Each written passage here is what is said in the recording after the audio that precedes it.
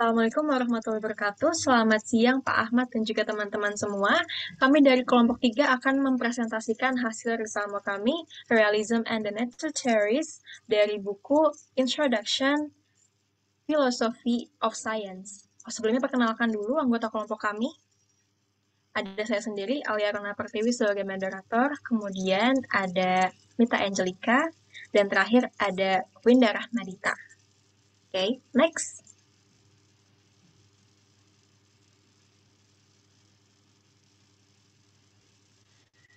Oke, pertama-tama kita akan mengetahui apa itu pengertian dari realism of the nature sendiri. Jadi, realisme filosofis adalah sebuah sikap terhadap materi, objek, realitas, dan juga fenomena yang mencoba menjelaskan kepada kita atas sebuah pertanyaan, apakah ketika indera kita melihat suatu objek, objek itu kita tangkap pada panca indera kita atau hanya memberikan arti pada akal pikiran kita. Kemudian, realisme ini berpendapat bahwa apa yang kita lihat merupakan bagian dari keterlibatan akal kita, sehingga memunculkan dua skeptisme, yaitu metafisik skeptisme dan kemudian induktif skeptisme. Next.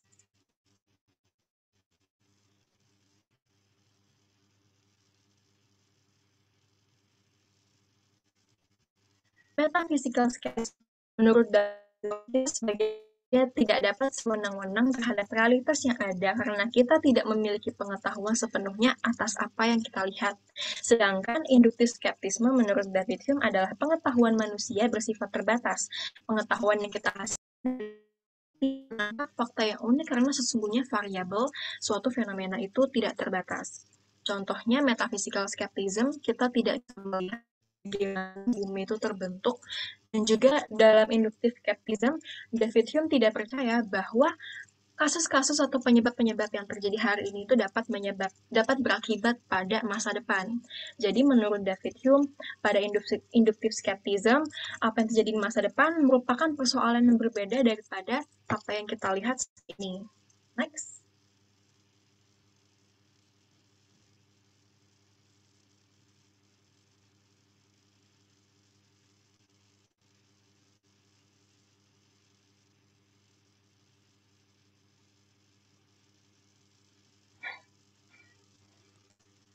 The Kantian solution bahwa pengetahuan yang berdasarkan pengalaman disempurnakan dengan berdasarkan rasio atau akal.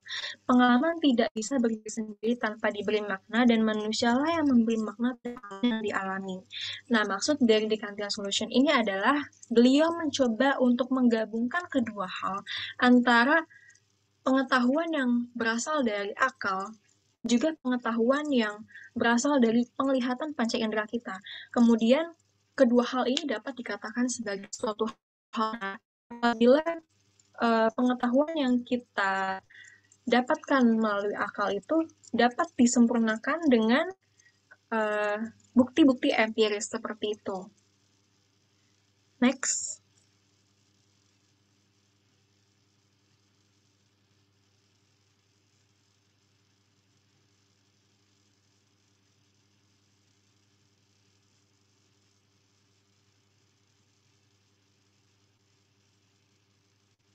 Oke, di sini ada transcendental arguments. Seperti yang saya bilang tadi, argumen empiris dan juga argumen saintifik ini dicoba untuk digabungkan dalam Kantian solution untuk menemukan sebuah fakta yang benar seperti itu. Sehingga fakta yang dihasilkan dari Kantian solution ini dapat menjawab adanya metaphysical skepticism. Next.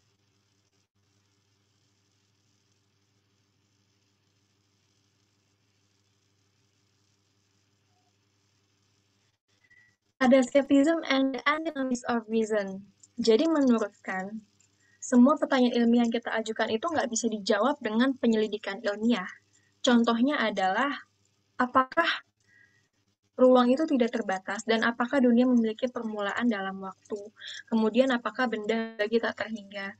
Nah, menurut beliau, ada hal-hal yang tidak bisa kita selidiki dengan penyelidikan-penyelidikan ilmiah, sehingga ada hal yang sifatnya itu antinomies of reason, tidak bisa dijawab oleh penyelidikan ilmiah. Oke, next.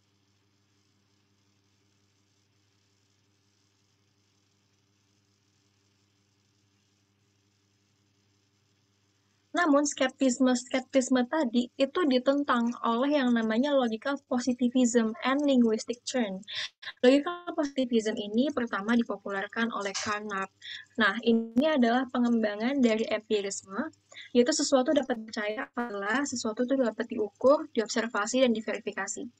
Verifikasi akan selalu bersifat subjektif, artinya apa yang kita simpulkan, kita upayakan benar. Oleh karena itu, kesimpulan itu harus selalu dicari falsifikasinya, atau celah kesalahan dengan logical positivism. Yang dikritisi adalah kalimat, susunan kata, dan juga kesimpulan. Hal ini dilakukan karena ada muatan-muatan ideologi tertentu dalam pengetahuan kita, sehingga dalam logical positivism ini, skeptisme itu tidak ada. Yang ada hanyalah apakah kalimat tersebut sudah sesuai, susunan kata sudah sesuai dengan positivism atau tidak. Seperti contohnya, kita pernah menjumpai suatu hal yang viral di internet, di TikTok. Salah satunya adalah waktu itu ada pertanyaan tentang apa Tuhan yang bisa melakukan segalanya dan menciptakan batu yang amat besar sehingga ia tidak bisa menciptakannya. Nah, dalam logical positivism and linguistic turn ini, kata-kata tersebut tidak bisa dijawab karena premis yang pertama itu bertentangan dengan premis yang kedua. Sehingga sebenarnya empirisme itu tidak ada. Yang ada hanyalah apakah kata-kata tersebut sudah sesuai dengan logika positivisme atau belum. Oke, next materi akan disampaikan oleh teman saya Winda. Terima kasih. Oke, jadi saya akan menjelaskan materi selanjutnya, yaitu ada The Verifiability Principle of Meaning. Nah, jadi seorang filsuf dari Inggris, yaitu John Locke, telah mengemukakan pendapatnya bahwa kita hanya dapat memikirkan ide-ide di mana sumber dari ide tersebut harus berupa pengamatan internal yang telah kita operasikan oleh pikiran kita sendiri. Nah, sudut pandang ini tuh berisi solusi untuk menghadapi metaphysical skepticism, karena kita sebenarnya tidak benar-benar bisa memikirkan suatu objek dalam diri kita sendiri, melainkan dengan menggunakan ide atau bayangan. Nah, terkait metaphysical skepticism dan masalah-masalah yang belum terselesaikan lainnya, para positifmologis ini mengusulkan sebuah prinsip, yaitu yang namanya verifiability, yang menyatakan bahwa sebuah klaim akan dianggap penting atau bermakna jika kita telah melakukan beberapa rangkaian pengamatan yang dianggap mungkin, yang jika kita melakukan penelitian mengenai hal yang dibahas, maka dapat membuktikan kebenaran klaim tersebut. Nah, dengan menganut prinsip verifiability, maka ilmuwan dapat mengabaikan metafisikal skeptisisme dan spekulasi metafisika dengan menganggapnya sebagai omong kosong belaka. Karena jika dilihat secara harfiah, hal itu sama saja kita sedang berbicara tanpa adanya suatu makna. Nah, sebagai contoh, kita sebagai manusia akan menganggap sebuah barang atau benda yang kita miliki itu bermakna atau bermanfaat jika kita menganggap bahwa benda tersebut adalah hal yang penting atau memiliki makna atau arti tersendiri. Nah, maka dari sudut pandang tersebut dapat disimpulkan bahwa kita dapat memverifikasi suatu hal tergantung kepada makna yang kita bangun dalam diri kita. Ketika suatu makna sedang kita verifikasi, kita bisa mencoba dengan menguraikan hal-hal secara objektif sesuai dengan realita yang sedang kita telah. Oke, boleh next?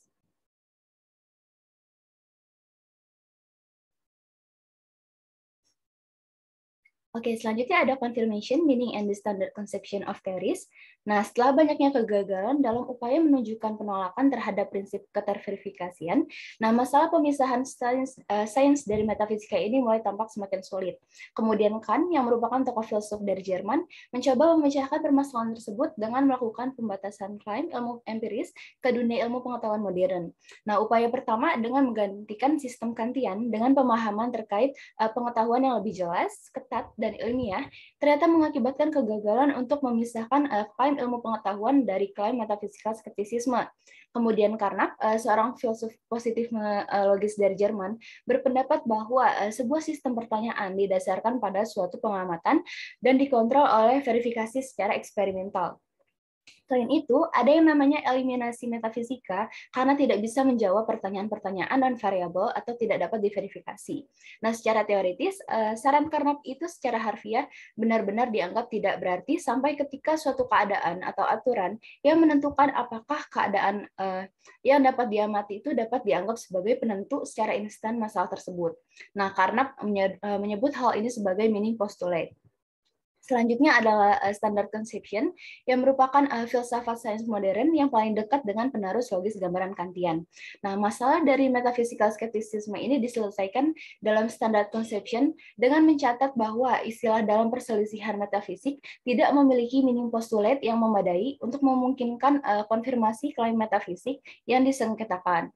Nah, gambaran mengenai bagaimana pengetahuan ilmiah yang mungkin muncul yaitu meaning postulate membatasi bahasa ilmiah dan sebuah pengamatan menghasilkan laporan pengamatan yang mengkonfirmasi atau menyangkal hipotesis ilmiah. Oke, boleh next.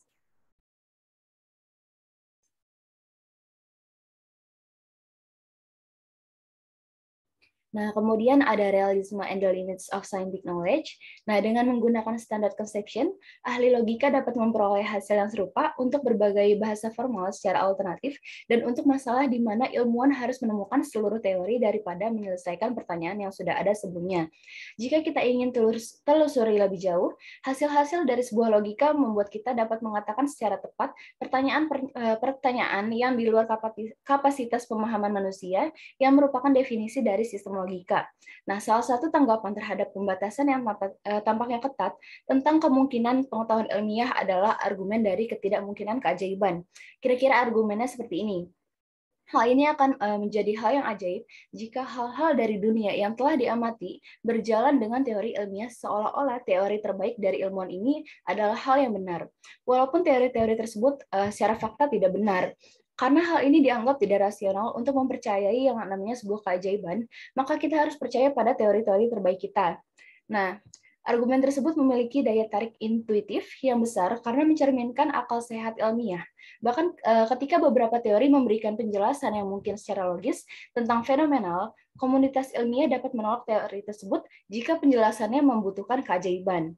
Nah, jenis keajaiban ini umum yang tidak menyenangkan, membutuhkan nilai parameter kontingen untuk memiliki nilai presis tak terhingga agar beberapa fenomena yang diamati dapat diperhitungkan. Nah, agar argumen dari sebuah keajaiban ini dapat bekerja, kita memerlukan jaminan bahwa di antara beragam teori logis di dunia, tidak ada alternatif yang ada yang menghasilkan pengamatan kita atau alternatif apapun yang membutuhkan beberapa keajaiban ilmiah, contohnya dunia yang telah dideskripsikan. Hanya karena kita tidak mengetahui adanya teori-teori seperti itu, bukan berarti hal tersebut atau keajaiban benar-benar tidak ada. Oke, boleh next.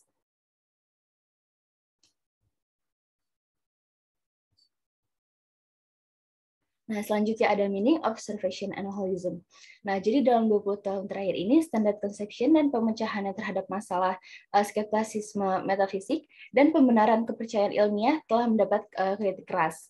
Salah satu kritik terhadap standard conception adalah bahwa tampaknya tidak ada fitur yang secara objektif untuk memberitahu kita klaim ilmiah mana yang merupakan meaning postulate. Kemudian Reinbach dan Carnap telah mengantisipasi sebagian dari kritik ini. Mereka telah melihat pemilihan klaim tersebut sebagai ketentuan makna sebagai bagian yang agak arbitrer atau sewenang-wenang dari rekonstruksi logis ilmu pengetahuan. Pandangan mereka ini tampaknya adalah bahwa untuk memahami bagaimana argumen ilmiah bekerja setiap saat, beberapa klaim ini harus dipahami berfungsi sebagai meaning postulate pada saat itu. Nah, meaning postulate ini dapat berubah dari waktu ke waktu, tetapi perubahan ini sendiri itu merupakan perubahan makna istilah ilmiah.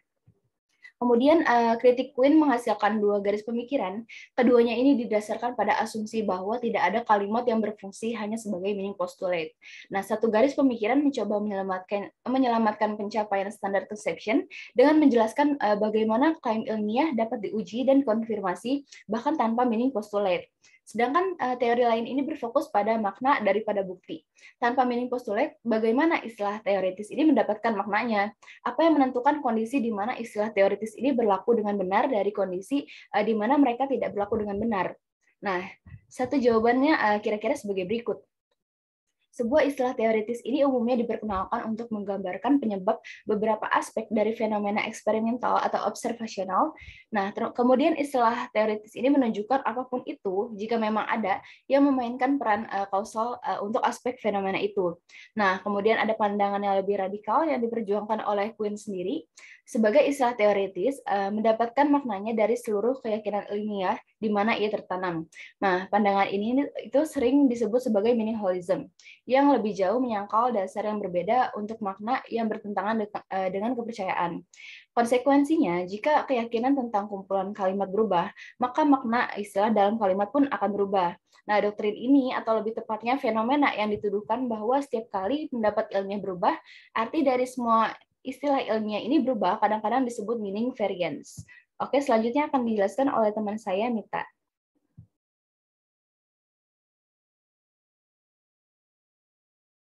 Baik, terima kasih. Selanjutnya saya akan menjelaskan tentang holism, relativism, and society. Di poin pertama, masalah sering terjadi pada saat ini adalah teori yang beredar tanpa adanya relevansi bukti. Karena itu, para filsuf tertarik untuk mencari hubungan konfirmasi dari sebuah teori. Penggunaan teori yang berbeda pada penelitian akan menimbulkan hipotesis yang berbeda. Karena itu perlu adanya kecocokan untuk menggunakan teori dalam penelitian. Namun, karena ketentuan teori tidak dijamin mana yang tepat, membuat kita tidak tahu teori mana yang paling tepat untuk digunakan. Menurut klaim Quine and Pierre Durkheim, meskipun konfirmasi bukti dapat dikumpulkan dan eksperimen dapat menentang hipotesis, klaim ilmiah seiring berjalannya waktu menjadi sulit untuk ditentukan. Durkheim mengklaim bahwa fisika terlibat dalam eksperimen fisik modern, mulai dari alat, prinsip, dan lain-lain. Jika percobaan berbeda dengan hipotesis, maka hipotesis yang dianggap salah.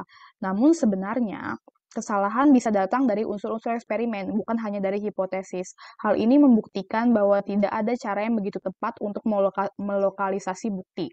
Ini yang disebut tesis Duhem-Quine.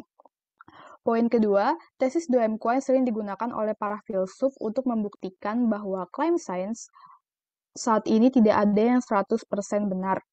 Karena semua teori dalam sejarah memiliki kekurangan, maka teori ilmiah yang baru saja berdiri ataupun semua eksperimen yang dilakukan juga memiliki kekurangan. Misalnya teori atom Dalton yang mengatakan bahwa unsur-unsur memiliki massa yang sama, namun pada kenyataannya unsur-unsur memiliki massa yang berbeda.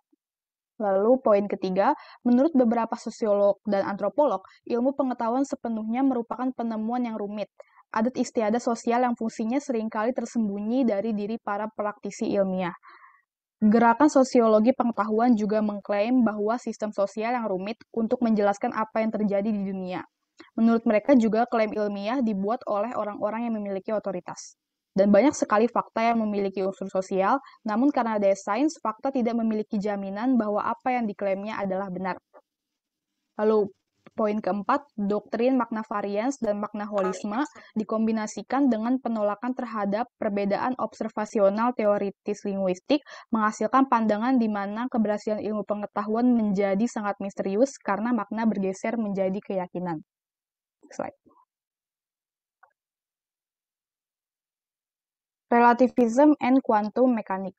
Poin pertama, teori mekanika kuantum modern telah memberikan beberapa filsuf sains alasan untuk berpikir bahwa kita tidak dapat memperoleh pengetahuan apapun tentang dunia secara independen dari fitur variabel diri sendiri.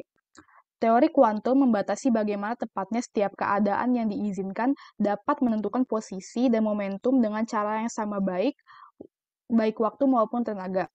Semua variabel dalam teori kuantum memiliki nilai yang sama. Teori ini sejalan dengan prinsip ketidakpastian Heisenberg. Lalu poin kedua, menurut teori kuantum, sistem makroskopis memiliki nilai yang tepat untuk semua variabel, namun tidak dapat menentukan kepastian dari sebuah teori. Sistem tidak memiliki nilai yang tepat untuk posisi dan momentum, namun kita dapat mengukur posisi dan momentum dari hasil eksperimen berulang, sehingga properti dunia bergantung pada apa yang kita minta. Lalu poin ketiga, Niels Bohr merevisi perspektif Kant. Menurut perspektif Kant, dunia yang tidak dapat diketahui dan kita adalah sesuatu yang tetap. Namun menurut Niels Bohr, dunia dapat diketahui dan kita yang dinamis dan tidak tetap. Kita dapat mengajukan satu pertanyaan tentang dunia dan mendapatkan satu jawaban yang koheren. Atau kita dapat mengajukan salah satu dari banyak pertanyaan lain tentang dunia dan dalam setiap kasus. Lalu dapatkan jawaban yang berhubungan. Tetapi jawaban yang berhubungan untuk beberapa rangkaian pertanyaan tidak dapat digabungkan menjadi satu gambaran dunia yang berhubungan. Lalu conclusion, realism, relativism, and philosophy of science. Poin pertama, filsafat ilmu dan filsafat lainnya memiliki hubungan melalui isu-isu tentang batas-batas pengetahuan dan karakter serta kemungkinan keyakinan untuk dibenarkan. Para filsuf sepakat bahwa ilmu pengetahuan mengejar program logis dan memberikan solusi untuk setiap masalah. Kemudian filsuf-filsuf terbelah dua alias terfragmentasi. Ada yang menganggap perspektif umum dari konsepsi standar teori sebagai benar, walaupun sebagian besar akan mengubahnya dalam beberapa cara, dan mereka yang menolaknya dengan berbagai macam alternatif. Bahkan yang paling radikal berpendapat bahwa untuk menyelesaikan masalah hanya membutuhkan teori yang berdasarkan keyakinan, bukan makna, sehingga pertanyaan-pertanyaan yang ada tidak memiliki jawaban. Lalu poin yang kedua, namun pandangan relativis tersebut ditolak oleh sebagian besar filsuf. Mereka berpendapat jika kita menerima pandangan relativis, maka makna dan kebenaran akan bervariasi dalam beberapa cara yang tidak diketahui dengan aspek keyakinan atau dengan eksperimen yang kami pilih untuk dilakukan. Kita mengamati dunia, tetapi dunia yang kita amati bergantung pada ciri-ciri kepercayaan, budaya, atau eksperimen kita. Lalu menurut filsuf radikal, hal yang aneh dari pertanyaan tentang realisme ilmiah adalah batasan pengetahuan ilmiah yang masih masuk akal dan memiliki jawaban, sehingga teka-teki antinomikan masih berlaku dan cara terbaik untuk melakukan penelitian filsafat masih bisa dicari. Lalu poin yang ketiga, jika pandangan relativis benar, para filsuf masih bisa mencari bagaimana makna bergantung pada kepercayaan, kebiasaan, dan budaya. Relativisme bukanlah subjektivisme, bahwa jawaban atas pertanyaan dunia bergantung pada pandangan kita, bukan berarti semua jawaban adalah seperti yang kita harapkan. Dan bahkan jika relativisme benar, batas pengetahuan dapat diselidiki dan lebih baik dengan cara-cara ekstrim untuk melakukan penyelidikan akan muncul. Filsafat ilmu dapat bertahan melalui relativisme. Sekian dari saya kembalikan kepada moderator. Baik, terima kasih teman-teman kelompok 3 atas pemaparan yang luar biasa sekali. Terima kasih teman-teman semua dan juga Pak Ahmad karena telah mendengarkan. Mohon maaf kurang lebihnya. Terima kasih.